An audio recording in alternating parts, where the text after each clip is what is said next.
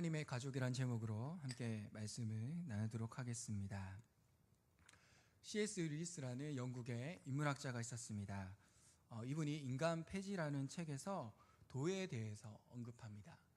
당위, 선이라는 이런 개념들, 성 아우구스투스는 덕이라고 했고요. 또 힌두교에서는 르타라고 합니다. 또한 동양 철학에서는 도라고 말하는데요.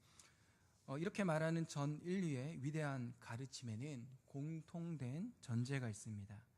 그것은 객관적인 가치가 존재한다라는 것입니다. 도는 인류의 공통된 뜻과 이성이라고 할 수 있고요. 또 도는 마땅히 우리에게 내재된 선함의 목록이라고 말할 수 있습니다. 독일의 철학자 임마누엘 칸트는 저 하늘의 별이 빛나듯이 내 마음엔 도덕률이 빛난다라고 말했습니다. 이 말은 우주가 물질 세계가 당연히 있듯이 도덕률은 당연히 우리 속에 있다라는 것입니다. 칸트는 또 마땅히 따라야 될 무조건적인 선의 명령이 있는데 그것을 정언 명령이라고 하였습니다. 우리 모두는 세상에 절대 진리가 있다라는 것을 압니다. 그렇게 창조된 진리 중에서 물질 세계의 법칙뿐만 아니라 참된 가치가 있다라는 것, 즉 선함과 도덕이 있다라는 것을 알고 있습니다. 가끔 인간으로서 가치가 모호해지면서 선에 대한 구분이 흐려질 때가 있어요. 그럴 때 우리는 전쟁이나 살인 등의 극악한 고통들을 보면서 참된 선이 필요하구나, 참된 선이 존재하는구나라는 것을 화들짝 놀라면서 깨닫기도 합니다. 오늘 가족의 달 어버이 주일을 맞아서 우리가 지켜가고 우리가 돌보아야 할 참된 가치 중에 가족이라는 구성원을 생각하게 됩니다. 우리들이 서로 말하듯이 가족은 내가 선택한 것이 아닙니다. 그래서 가족관계를 천륜이라고 합니다. 하늘이 맺어준 인연이란 뜻이죠. 즉 하나님께서 맺어주신 관계 영역이 바로 가족입니다. 사회 구성 중에 가장 최소의 구성인 이 가족 관계에서 우리는 선을 행해야 됩니다. 그것이 하나님의 참된 가르침이고 하나님께서 바라는 뜻입니다. 오늘 본문의 사도 바울은 예수님을 믿어서 그 은혜를 아는 성도들이 바로 우리들인데 우리의 그런 가정생활이 어떠해야 되는지를 성령의 감동을 통해서 전해주고 있습니다. 오늘 앞부분은 21절인데요. 21절의 말씀을 제가 읽겠습니다. 그리스도를 경외함으로 피차 복종하라. 이렇게 명령하고 있습니다. 이 말은 이어져 나오는 명령의 일부이기도 합니다. 우리가 예수님을 믿기 때문에 예수님을 믿어서 그 피로 우리가 구원을 얻었고 구원받은 새로운 공동체가 되었습니다. 새로운 공동체로서 성도는 서로 복종해야 된다라고 말합니다. 그렇게 이야기하면서 복종해야 되는 주체들을 이야기하고 있는데요. 그 중에 하나로 아내에 대해서 이야기하고 있습니다. 오늘 22절에서 33절의 내용은 부부 관계에 대한 명령이에요. 그리스도 안에서 새로운 피조물로서 우리가 하나님 안에서 새로운 관계들 열어가야 되는데 가장 기본 단위인 가정에 관해서 말하고 있고 또 부부 관계에 대해서 말하고 있습니다. 22절에서 24절까지를 제가 읽겠습니다.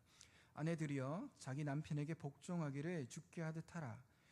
이는 남편이 아내의 머리됨이 그리스도께서 교회의 머리됨과 같음이라. 그가 바로 몸의 구주시니라. 그러므로 교회가 그리스도에게 하듯 아내들도 범사에 자기 남편에게 복종할지니라. 가정 생활의 첫 번째 명령이 아내에게 주어졌어요. 근데 그것은 남편에게 복종해야 된다라는 명령입니다. 여러분 동의가 되십니까? 남편에게 복종해야 될 근거를 사도 바울이 지금 두 가지로 찾습니다. 첫 번째 근거는 창조 기사에서 찾고 있고요. 또 두 번째 근거는 그리스도의 사역에서 그 근거를 찾고 있습니다. 바울 서신의 다른 병행 구절을 봤을 때 여자는 남자보다 후에 그리고 남자에게서 남자를 위해서 지음 받았다라는 사실을 지적하면서 남편이 아내의 머리 된다라는 것을 말하고 있습니다. 창조 섭리안에서 머리 된 남자에게 복종하라라고 말씀하고 있죠. 근데 여기서 중요한 사실이 있습니다. 우리가 알아야 되는데요. 이는 남자가 여자의 머리됨이 여성이 남자보다 못하다거나 또 남자 마음대로 해도 된다는 말이 절대 아니라는 것이죠. 여기서 강조되는 사실은 남자 여자가 서로 돕는 관계에 있다라는 것입니다. 남자는 여자 없이 살지 못하고 여자는 남자 없이 살지 못한다. 그리고 서로 의지하고 돕는 존재로 창조되었다라는 것입니다.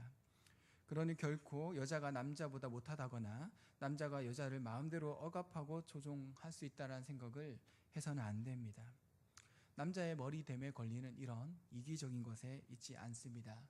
그렇기 때문에 여성을 짓눌러도 된다는 의미로 해석해서는 절대 되어서는 안 됩니다. 하나님께서는 남자와 여자를 창조하셨어요. 그들을 다르게 창조하셨습니다. 남자와 여자는 서로 생리적으로 그리고 심리적으로 상당한 차이가 있습니다. 그들은 각자 남자로서 또한 여자로서의 역할을 가지고 있습니다. 서로 다른 모습으로 인해서 다른 이들을 도울 수가 있죠. 우리의 역할이 다르다고 해서 우리 존재 가치가 달라지는 것은 아닙니다. 역할이 다르다고 해서 역할이 다른 것일 뿐이지 남편과 아내의 인격적 가치는 동일한 것입니다. 남자와 여자는 동일 석상에서 하나님께서 창조하셔서 부여하신 역할을 감당하는 것입니다. 여러분, 보편적인 남자의 성향이 있는데 남자는 리더십을 갖기 원합니다. 그리고 인정받기를 원합니다. 그래서 항상 능력 컴플렉스가 있습니다. 또 보편적인 여자의 성향이 있는데 바로 존중받기를 원합니다. 그래서 항상 공감을 갈구합니다. 남성은 자기 문제를 이야기하는 것이 자기 무능함을 드러내는 것 같기 때문에 말하지 않고 혼자 해결하기를 바랍니다. 그러나 여성은 자기의 생각과 마음을 나누어 공감하는 것에서 친밀감을 느끼기 때문에 그러지 않고 자신을 감추는 남성에게 외면감을 느낍니다.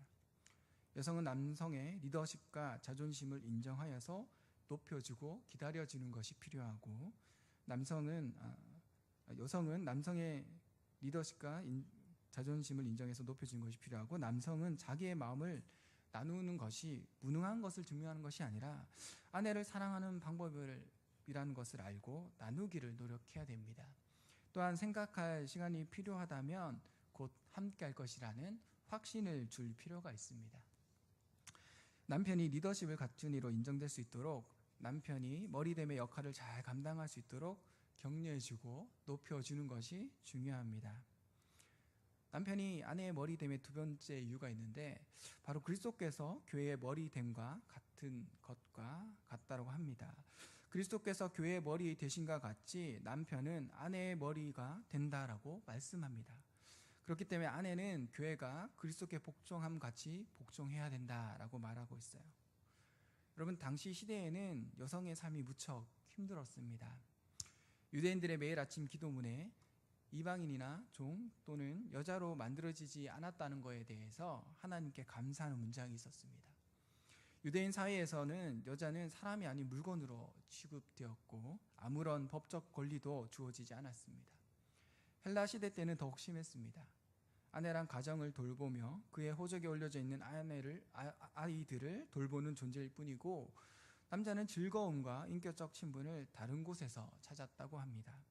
로마 시대는 더욱 심했고 결혼 관계는 붕괴 직전에 있었다고 합니다. 이런 상황에서 예수님께서는 남자들이 아내에 대해서 여러 가지 핑계를 대면서 아내를 버리는 것에 대해서 반대하셨습니다. 또 바울은 여인의 교회 리더십을 존중했고 또 여인과 함께 동역했습니다. 여러분, 브리스길라와 아굴라가 있는데요. 이 중에 브리스길라가 여성이고 아굴라가 남성입니다. 근데 언급할 때마다 항상 브리스길라를 앞에 둡니다. 이는 브리스길라의 리더십이 그 영적 리더십이 더욱 영향력이 컸다라는 것을 짐작할 수 있습니다. 여인의 인격을 소중히 하시는 그 예수님의 입장, 또 바울의 아내를 존중하는 이 메시지는 여인의 인격을 무시한 이 어두운 시대에 한 줄기 빛과 같은 희망의 말씀이었습니다. 바울이 지금 아내에게 복종하다라고 말하고 있는데 이러한 시대에서 전한 이 바울이 말한 복종의 의미는 결코 남편에 대한 맹목적인 굽힘을 의미하지 않습니다. 우리가 성경에서 복종의 의미를 살펴보면은 오히려 더 성숙한 자가 할 수 있는 행동이었어요. 예수 그리스도께서는 성부 하나님과 동등됨을 취하지 않으시고 동등한 위격을 가지셨지만 하나님의 말씀에 순종하고 하나님께서 주신 말씀과 사역으로 전적으로 행하셨습니다. 예수님께서는 하나님을 신뢰하면서 자기 자신을 전적으로 내어 맡기셨습니다. 오늘 우리에게 주시는 말씀을 따라서 아내는 남편을 신뢰함으로 성숙한 자세로 남편의 뜻에 자기 자신을 내어 줄 수 있어야 됩니다. 그것이 바로 아내의 역할입니다. 여러분, 세상에서 자신을 믿어줄 수 있는 한 명의 아내가 있다면 남편은 어떠한 좌절과 고통 속에서도 이겨낼 수 있다고 합니다. 부부관계에서 아내의 역할이 그런 것입니다. 미국에 사는 한국인 부부가 있었습니다. 남자는 26살이고 운동선수였어요. 재능이 있었지만 아직 군대를 다녀오진 않은 상태였습니다. 팔꿈치 수술을 받는 등의 안 좋은 일만 가득한 상황이었습니다. 게다가 아이를 포함해서 4식구였는데 월급이 100만 원 수준이에요. 그래서 같은 팀의 세 선수가 함께 월세를 살 정도로 경제적으로 힘듭니다. 가족이 겪는 고통을 보면서 남편이 말합니다. 이제 한국으로 돌아가자. 더 이상은 힘들 것 같다. 그런데 아내는 남편에게 이렇게 대답합니다. 나랑 애들 신경 쓰지 말고 여기서 당신 할 거 해. 당신이 처음 가졌던 꿈을 이루라고. 여기에 꿈을 이루러 온 거잖아. 당신에게 방해가 된다면 우리가 가면 되니까 당신은 꿈을 포기하지 마. 당시 아내의 건강 상태가 안 좋은 상황이었다고 합니다. 한쪽 눈이 안 보이기 시작했고 시력을 잃을 수도 있다라고 진단받았다고 합니다. 그런데 이 아내는 남편의 꿈을 지지했고요. 또 성실하게 열심히 노력한 남편은 그 꿈을 이룰 수 있었습니다. 이 이야기는 연봉 226억 원을 벌고 있는 텍사스 레인저의 추신수 선수와 그의 아내 하원미 씨의 이야기입니다. 여러분, 아내가 남편을 믿고 지지할 때, 믿어줄 때 얼마나 감동적인지를 우리가 보게 됩니다. 사랑하는 에덴교회 아내 여러분, 남편이 부족하고 연약하더라도, 상황이 아무리 힘들더라도 아내만큼은 그를 신뢰하고 격려함으로써 남편에게 새로운 힘을 부여해 주는 것입니다. 복종은 하나님의 창조 질서에 대한 신앙 고백이고 동시에 남편을 사랑하는 아내의 방법입니다. 그리고 자신의 뜻을 돌이켜 남을 세워주는 참된 희생의 차원 높은 사랑입니다. 그러므로 복종이라고 표현되는 이 아내의 역할의 의미는 신뢰 가운데 자기 자신을 내어주는 사랑이다라고 할 수 있습니다. 아내는 그리스도 안에서 새롭게 되어서 하나님께서 원래 의미하신 그 부부의 관계를 회복해서 자기 자신을 내어주는 사랑을 실천하여야 되는 것입니다. 사랑하는 에덴교회 아내분들이 이런 자신을 내어주는 성숙함을 지닐 수 있기를 축복합니다. 남편의 부족함에도 순종해주고 격려해주고 믿어주고 마음을 새롭게 하고 하나님을 향한 그의 믿음을 견고케 함으로 아내됨의 소중한 역할을 감당하실 수 있길 바랍니다. 25절에서 33절까지의 내용이 있는데 남편에 대한 이야기입니다. 남편에 대한 내용이 더 깁니다. 25절을 보면 남편들아 아내 사랑하기를 그리스도께서 교회를 사랑하시고 위하여 자신을 주심같이 하라라고 명령합니다. 아내에게 복종하라고 말씀했죠. 또 신뢰 가운데 자기 자신을 내어준다라고 요구하고 있는데 남편에게는 그리스도와 같은 사랑함을 새로운 부부관계에서 요구하고 있습니다. 남편이 아내의 머리됨은 그리스도께서 교회의 머리됨과 같다라고 하죠. 남편의 사랑은 교회를 향한 그리스도의 사랑과 같이 돼야 된다라고 바울이 말씀하고 있습니다. 그리스도와 같은 사랑, 어떻게 하는 것일까요? 남편은 아내를 위해 자신의 목숨을 내어놓을 수 있는 사랑을 하여야 된다라는 거죠. 목숨 바쳐 아내를 사랑하는 것, 그것이 필요하다라고 말씀합니다. 25절에서 27절까지 내용을 읽겠습니다. 남편들아 아내 사랑하기를 그리스도께서 교회를 사랑하시고 그 교회를 위하여 자신을 주심같이 하라. 이는 곧 물로 씻어 말씀으로 깨끗하게 하사 거룩하게 하시고 자기 앞에 영광스러운 교회로 세우사 티나 주름 잡힌 것이나 이런 것들이 없이 거룩하고 흠이 없게 하려 하심이라. 예수님께서 우리를 깨끗게 하시고 거룩하게 하시고 영광스러운 교회로 세우셨습니다. 근데 남편도 아내를 이렇게 만들어야 된다는 것이죠. 그와 같이 남편도 아내를 깨끗하게 거룩하게 영광스러운 모습으로 세우기 위해서 노력해야 된다라고 말씀하고 있습니다. 여러분, 오늘날 남편이 해야 될 일이 뭘까요? 아내를 소중히 여기고 사랑하는 것입니다. 아내를 아끼고 그 모습이 더욱 빛난 모습이 되도록 노력하는 것이 남편의 역할입니다. 남편 여러분, 사랑받는 여성의 얼굴은 늘 영광스럽게 빛납니다. 여성들이 제일 부러워하는 것이 돈 잘 벌어주는 남편, 그리고 명품 가방, 그리고 자식 자랑, 이것이 보편적으로 세상 사람들이 되는 이유들이에요. 그런데 그것보다 그 마음속에 근본적으로 간절히 바라는 것이 있는데, 그것이 바로 사랑받는 여자라는 사실입니다. 엽기적인 그녀라는 영화를 봤습니다. 여기서 남성과 여성의 차이점을 보여주는 장면이 있었어요. 바로 주인공 남자가 주인공 여자에게 장미꽃 한 송이를 전해주는 장면이었습니다. 여자가 자기 자신은 바라는 게 전혀 없다라고 이야기하면서 장미꽃 한 송이만 나에게 학교에 와서 주면 된다라고 이야기했습니다. 그런데 그 여자 주인공이 다니는 학교가 여대였어요. 그래서 너무 부끄러워서 남자가 모자에 마스크를 쓰고 철가방에 꽃 한 송이를 넣고 여자 주인공이 있는 곳으로 가게 됩니다. 문을 열었는데 대강당인 거예요. 여인들이 정말 가득한 거예요. 너무 부끄러워서 이 남자가 다시 되돌아 서려고 하는데 갑자기 강당 중앙에 피아노 연주가 울리기 시작합니다. 바로 여자 주인공이 왔어요. 남자는 감동하면서 모자를 벗고 마스크를 벗고 철가방에서 꽃 한 송이를 꺼낸 다음에 강당 중앙으로 갑니다. 그리고 꽃 한 송이를 여자 주인공에게 전해주죠. 그때 그 대강당에 가득한 여인들이 모두 박수를 쳐주는 장면이 있었습니다. 여기서 남자와 여자의 차이를 보게 돼요. 남자는 부끄러워서 여성이 많은 곳에 가기 힘들어합니다. 그런데 여성은 많은 주변 여인들 가운데서 자신이 사랑받고 있는 존재라는 것을 증명받고 싶어 합니다. 물론 개인차는 있습니다. 그런데 보편적 성향을 봤을 때 사람들 앞에서 여인들은 자기가 사랑받는 자임을 보이는 것을 행복해합니다.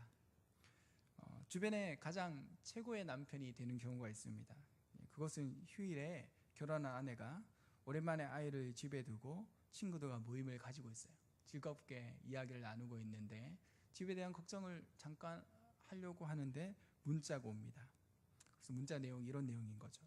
여보, 애들 잘 돌보고 있으니까 오랜만에 친구들 만나는데 충분히 즐거운 시간 보내고 와.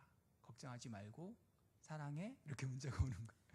그러면 이 주변의 여인들이 정말 부러운 눈으로 그녀를 바라보게 되어지는 것입니다. 그러면 아내가 자신의 의지를 꺾고 순종함의 덕을 보인다면 남편은 아내를 존중하는 사랑으로 가정을 세워 가야 합니다. 우리에게 많은 남편분들 예수님의 사랑처럼 아내를 존중하면서 사랑할 수 있기를 바랍니다. 28절과 29절 제가 읽겠습니다.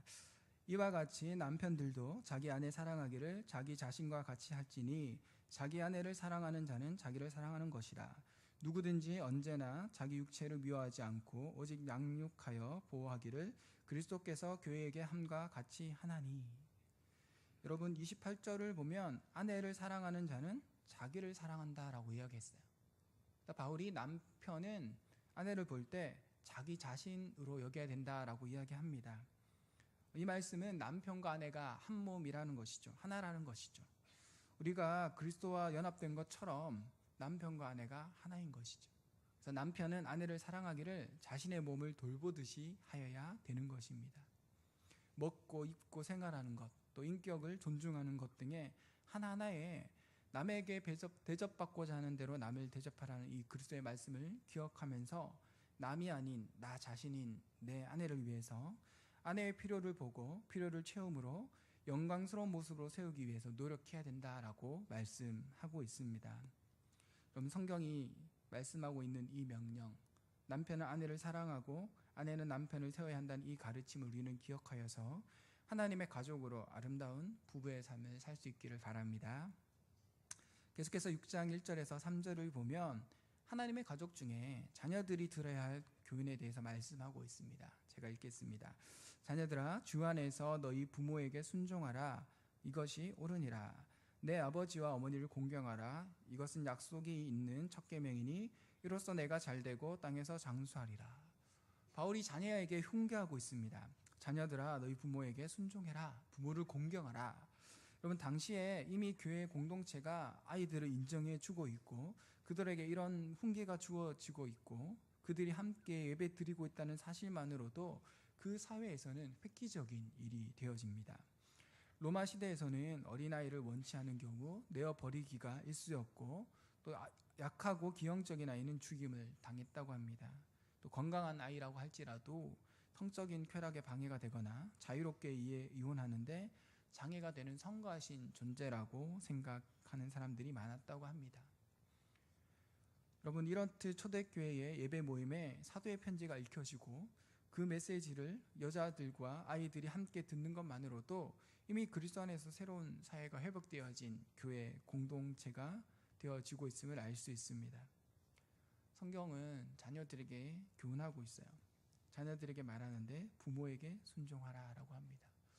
부모에게 순종해야 될 이유가 있습니다. 그것은 바로 그것이 옳은 행위이기 때문입니다. 누구든 부모를 거역하는 것이 죄라는 것을 잘 알고 있습니다. 효는 우리가 추구해야 될 최상의 덕목이 되어집니다. 인류 전체가 그 마음 중심에서 인정하는 마땅한 그 도덕률인 도의 항목 중에 효는 당연히 들어갑니다. 여러분, 효는 십계명의 4번째 기록되어진 하나님의 뜻입니다. 그리스도인인 우리는 하나님께서 하나님과의 관계 다음으로 언급하신 첫 계명이 바로 부모 공경이라는 것을 알고 있습니다.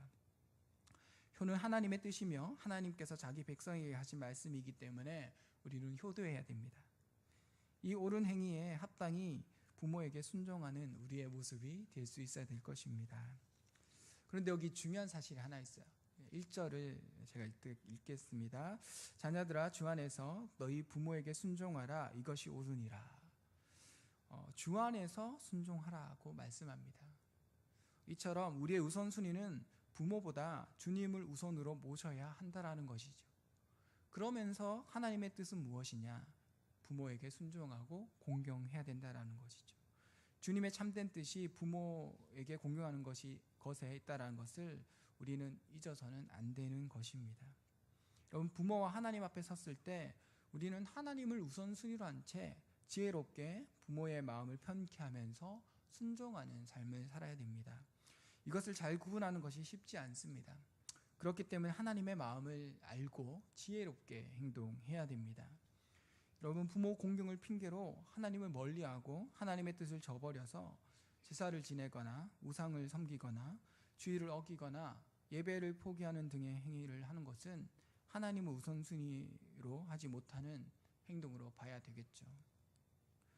또한 하나님을 예배한다고 하면서도 삶의 실상은 부모를 돌보는 일에 무관심하고 부모를 무시하는 행위들은 하나님의 뜻에 합당하지 않는 행동들이 되어집니다.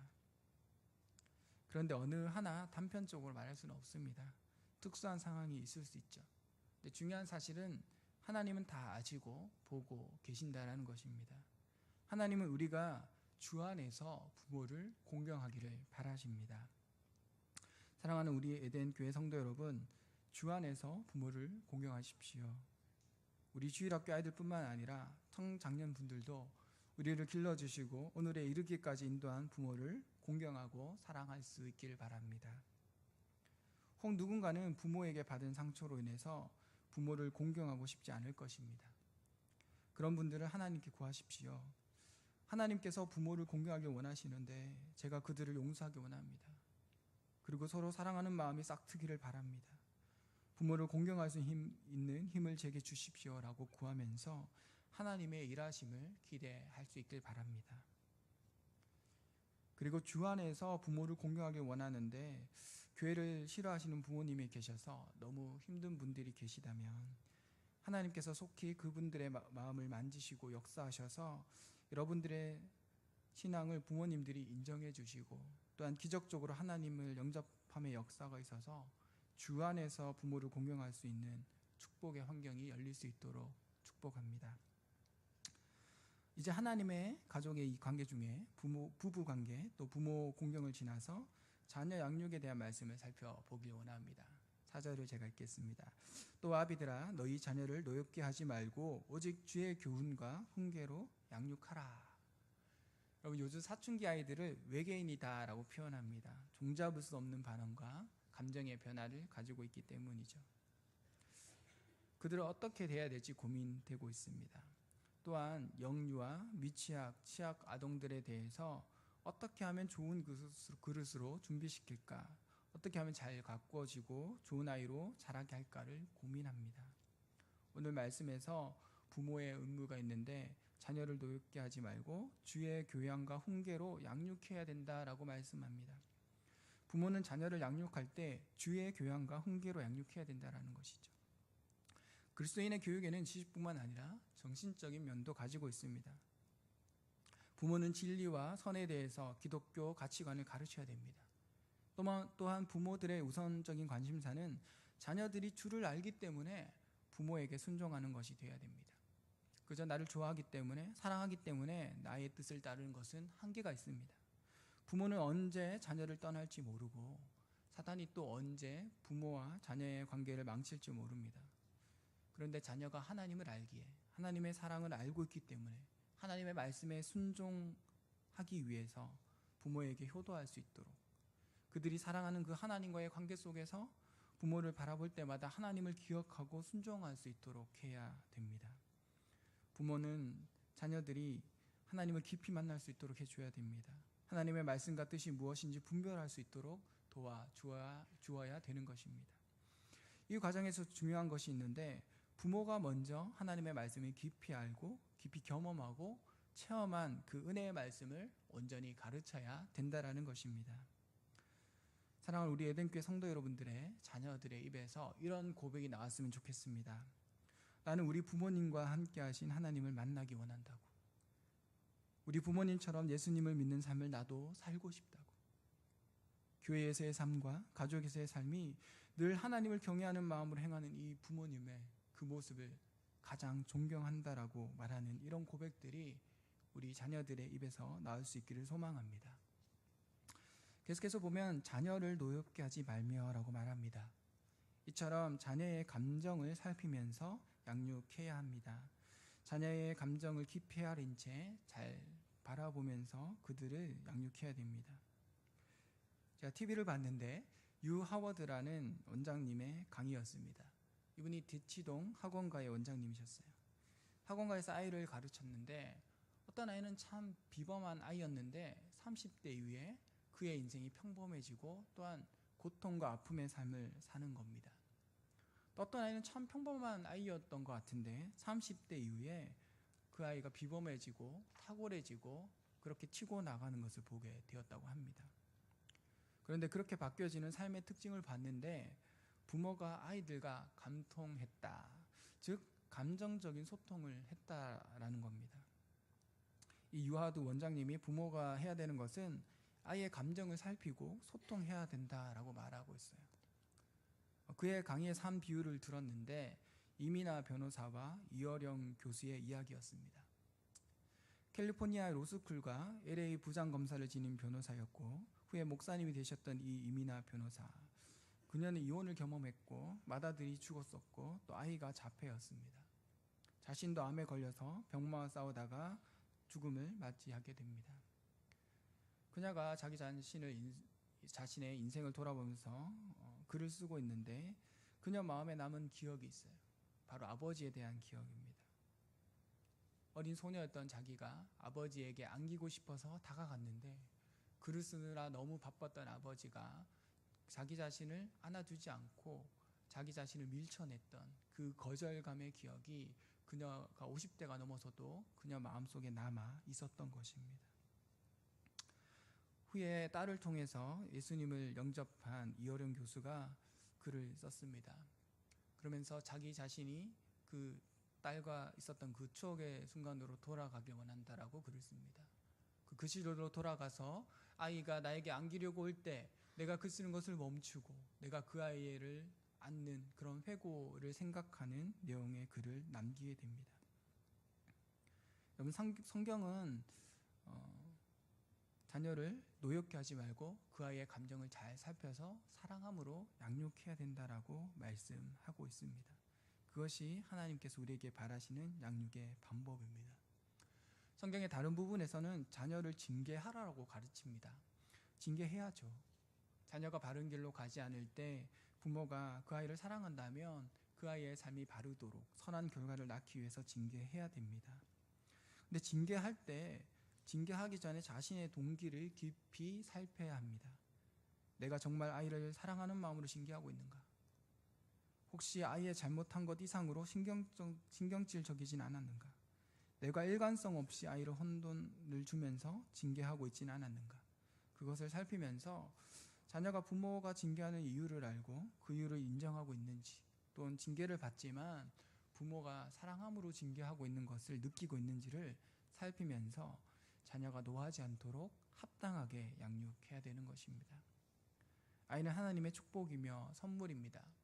그러나 궁극적으로는 하나님께서 맡기신 하나님의 소유라는 사실을 잊지 말아야 됩니다. 그럼 자녀가 선물이라는 것은 내 것이란 것이 아니죠. 나를 닮은 아이가 내게로 와서 자라고 함께하는 시간을 주는 이 부분, 그 부분이 선물인 겁니다. 자녀가 잘 자라도록 청지기로서 양육할 책임과 축복을 선물로 우리는 받은 것입니다. 자녀는 하나님의 소유이기 때문에 나의 것으로 생각하고 내 마음대로 하려고 해서는 안 됩니다. 주님께서는 어린아이 하나를 영접함이 나를 영접함과 같다고 하셨어요. 아이들의 인격을 인정하고 그들을 돌보는 사랑은 그리스도인의 당연한 삶이 되는 것입니다. 우리 에덴교회 성도님들은 자녀의 감정을 살피고 하나님의 소유지만 우리에게 맡기신 자녀를 온전히 잘 양육하여서 하나님의 사람으로 온전히 세워갈 수 있길 바랍니다. 오늘 에베소서에 기록된 하나님의 말씀에 하나님의 가족이 어떻게 되어야 된다는 것을 말씀해 주고 있습니다. 오늘날 많은 가족들이 깨어지고 상처받아서 무너져 있습니다. 세상 사람들은 그들의 가치와 기준으로 가족을 세워가고 있지만 오늘 성도로서 우리들은 우리 가족에 하나님의 말씀이 있고 성령님이 함께 하시는 축복을 가지고 있습니다. 우리 가족을 하나님께서 다스린다면 우리 가족은 천국이 될 것입니다. 감정 싸움과 사랑 없음과 상처와 미움이 가득하다면 하나님의 다스림 없는 지옥 같은 가족일 것입니다. 하나님을 믿는 우리의 가족은 하나님께서 다스리는 천국의 가족, 하나님 나라의 가족, 축복의 가족이 되어야 합니다. 우리가 우리 가족 중에 하나님 나라가 임함을 누리고 느낀 후에 우리 주변의 수많은 고통 속에 있는 가족들에게 하나님께서 다스리는 하나님의 가족이 어떠함을 보이고 그들 또한 하나님의 다스림을 받는 가족이 될 수 있도록 복음을 드러내고 축복할 수 있기를 소망합니다. 사랑하는 우리 에덴교회 모든 가정이, 그리고 또한 부부와 부모와 자녀의 모든 관계가 회복되고 치유되고 그런 치유와 회복과 기쁨의 관계를 누리고 화목하기를 소망합니다. 신뢰와 사랑으로 서로 사랑하는 아름다운 가정이 우리 에덴교회 모든 가정 가운데 이루어지기를 축복하고요. 하나님 나라가 임한 천국의 가족, 그런 기쁨과 행복이 가득한 하나님의 가족, 그것이 우리 모두의 가족이 되기 원하고 우리 주변의 수많은 사람들에게 그런 가족의 은혜를 전해줄 수 있는 모범된 가족들이 될 수 있기를 간절히 소망합니다. 기도하겠습니다. 살아계신 하나님, 하나님께서 우리를 사랑하시고 우리에게 가족을 허락해 주심을 감사합니다. 하나님께서 우리에게 허락하신 이 가족들 우리가 더 사랑하게 하시고 그들 가운데 역사하신 하나님의 은혜를 우리가 바라볼 수 있도록 주님 우리를 사용하여 주시옵소서. 하나님, 우리의 가족이 천국이 되기 원합니다. 하나님께서 다스리는 하나님 나라와 임재가 가득한 주님의 가족이 되기 원합니다. 사랑, 우리 모든 성도들의 가족을 보살펴 주시고 우리 성도들이 그런 아름다운 모습으로 주변의 수많은 깨어진 가정, 상처 입은 가족들에게 하나님의 은혜와 사랑을 드러낼 수 있도록 주님 축복하여 주시옵소서. 이제는 우리 주 예수 그리스도의 은혜와 하나님의 사랑과 성령님의 충만 축복 함께 하심 역사하심이 하나님께서 다스리고 하나님께서 임하셔서 하나님께서 주장하시고 중환하시는 그 가족을 이기를 소망하고 그 가족 가운데 천국의 기쁨을 누림으로 우리 자신의 역할을 잘 감당하는 가운데 주의 은혜를 누리기를 소망하는 사랑하는 우리 에덴의 모든 가족들 머리머리 위에 이제부터 영원토록 항상 함께 있을지어다.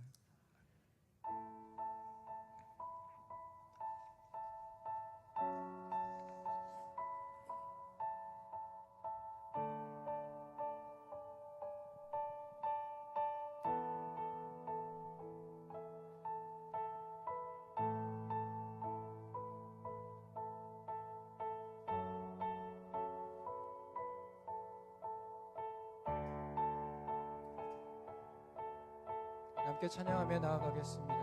주의 나라가 임할 때 주의 나라가 임할 때 하나님 임재하실 때 하나님 임재하실 때 예배가 회복되며 기적은 일어나니 기적은 일어나네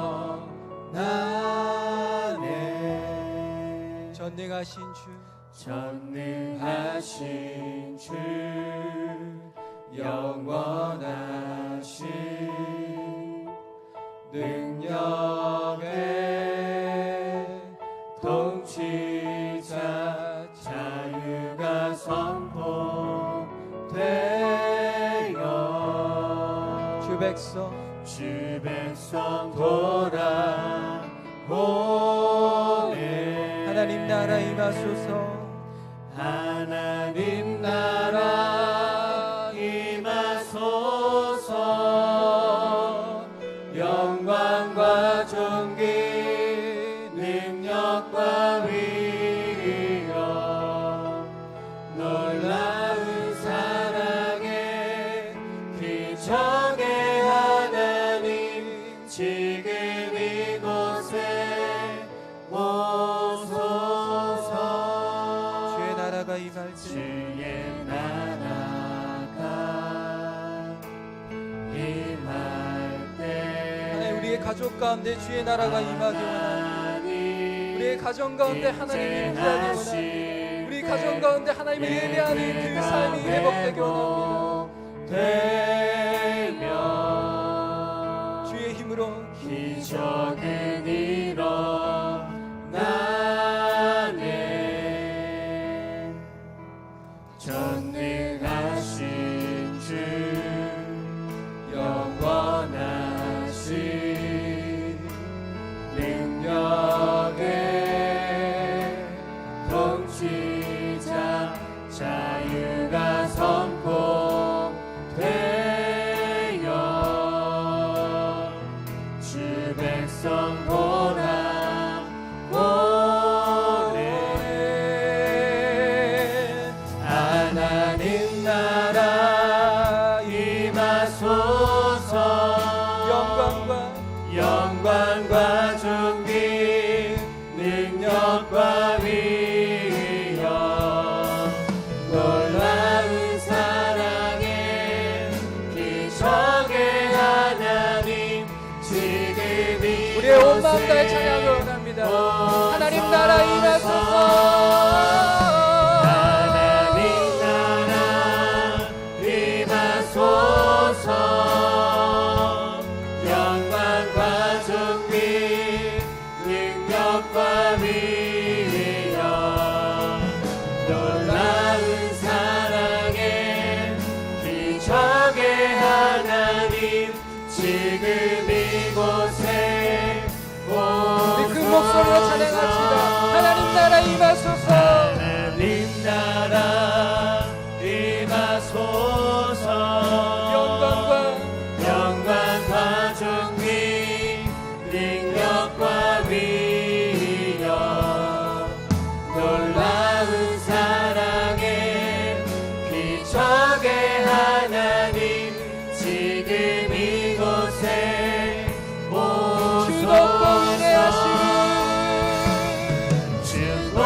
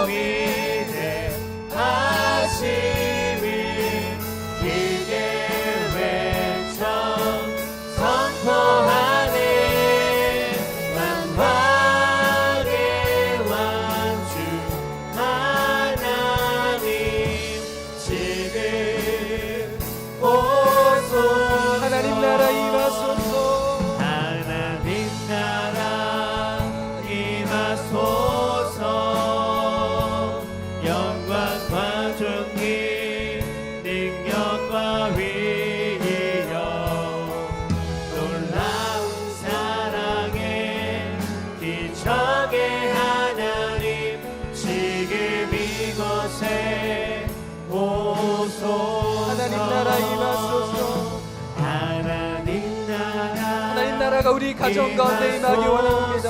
하나님의 그 놀라움과 하나님의 그 축복과 하나님의 그 빛남과 하나님의 그 영화롭게 하심이 우리 가정 가운데 온전히 임하기 원합니다. 우리 가정 가운데 하나님의 축복과 능력과 은혜가 넘치길 소망합니다. 주님 온전히 역사해 주시옵소서. 주님 온전히 함께하여 주시옵소서. 하나님 나라 임하소서. 하나님 나라 임하소서. 영광과 존귀 능력과 위엄 놀라운 사랑에 기적의 하나님 지금 이곳에 오소서. 사랑하는 여러분, 우리가 이 시간 기도하기 원합니다. 여러분, 우리는 어떤 남편, 어떤 아내, 어떤 자녀, 어떤 부모였습니까? 아내를 사랑하고 존귀 여기어 그녀를 빛내주고 남편을 인정하고 세워주어 힘을 얻게 하고 부모를 주 안에서 공경하며 자녀를 주님의 말씀으로 가르치고 자녀가 나의 모습을 통해 하나님을 바라보게 하셨습니까? 여러분, 가정 가운데 우리의 모습이 주의 말씀에 합당한 모습이 되기 원합니다라고 기도하기 원합니다. 주님, 제가 주님의 말씀대로 이 가정 가운데 하나님께서 제게 맡기신 그 역할을 합당하게 행하며 축복된 하나님의 사랑을 전하는 주님의 자녀가 되겠습니다. 나로 주의 말씀대로 가정을 가꿀 수 있는 힘을 달라고 주님 은혜로 우리 가정 가운데 나의 역할을 온전히 행하는 하나님의 사람이 되겠다고, 내가 이 가정 가운데 하나님의 사랑으로 주의 뜻을 행하는 하나님의 사람이 되기 원합니다라고 그렇게 함께 기도하며 나아가기 원합니다. 기도합시다. 주여,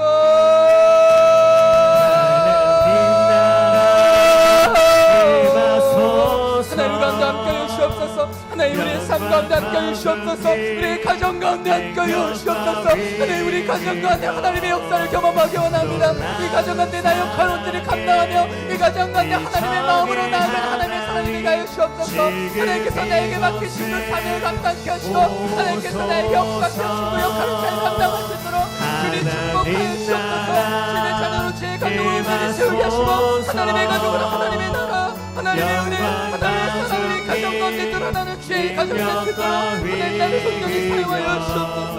주여,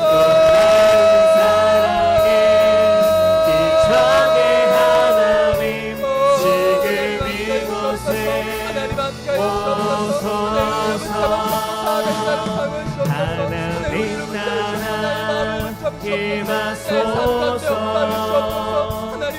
영광과 존귀 능력과 위엄 놀라운 사랑에 기적의 하나님 지금 이곳에 오소서.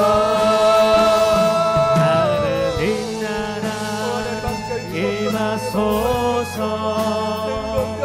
영광과 존귀 능력과 위엄 놀라운 사랑에 기적의 하나님 지금 이곳에 오소서. 사랑하는 여러분, 우리 가족 가운데 하나님 나라가 임하기를 바랍니다. 하나님의 다스림이 가득한 우리 에덴의 모든 가족들이 되기 원합니다. 하나님께서 역사하셔서 우리 가족이 하나님의 다스림 없는 지옥 같은 고통의 가족이 아니라 하나님의 역사와 임재와 능력과 축복이 넘치는 천국의 가족, 하나님의 은혜로 날마다 웃음과 기쁨과 사랑이 있는 하나님의 가족이 되게 해달라고, 그래서 우리 자신의 가족뿐만 아니라 주변 가족에게 예수님을 보이고 하나님의 영광을 드러내는 축복의 통로된 하나님의 가족이 되게 해달라고 기도하기 원합니다. 하나님 나를 사용하시고 우리 가정을 사용하여 주옵소서. 우리 가족 가운데 하나님 능력으로 임재하시고 역사하여 주옵소서. 하나님 함께하여 달라고 그렇게 기도하며 나아가겠습니다. 기도합시다. 주여,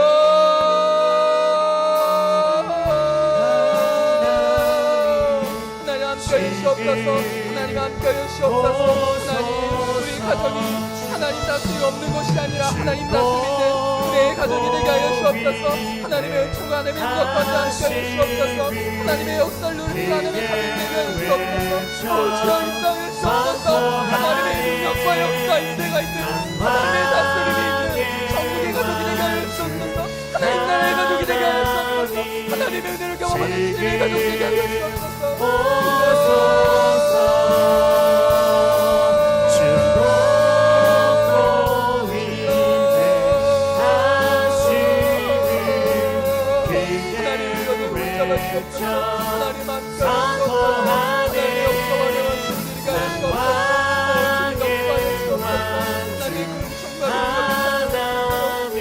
되게 하여 주옵소서.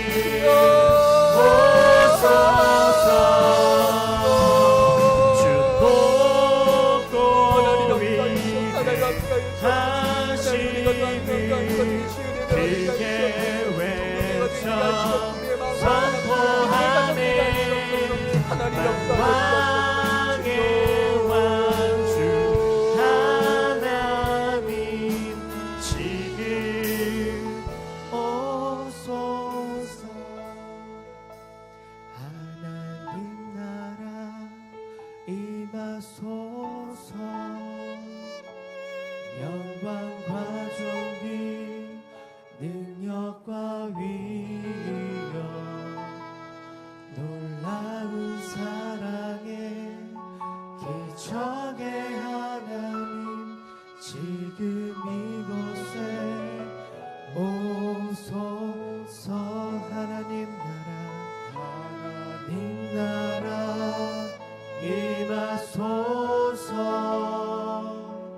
영광과 존귀 능력과 위력 놀라운 사랑에 기적의 하나님 지금 이곳에 오소. 하나님 나라 임하소서. 영광과 존귀 능력과 위력 놀라운 사랑에 기적의 하나님 지금 이곳에 오소. 하나님 나라 임하소서. 영광과 존귀 능력과 위력 놀라운 사랑에 기적의 하나님 지금 이곳에 주님. 하나님 나라 임하소서. 영광과 존귀 능력과 위력 놀라운 사랑에 기적의 하나님 지금 이곳에 오소. 주 높고 위대하심이 크게 외쳐 선포하네. 만왕의 왕주 하나님 지금 오소. 주 높고 위대하심이 크게 외쳐 선포하네. 만왕의 왕주 하나님 지금 오시옵소서. 주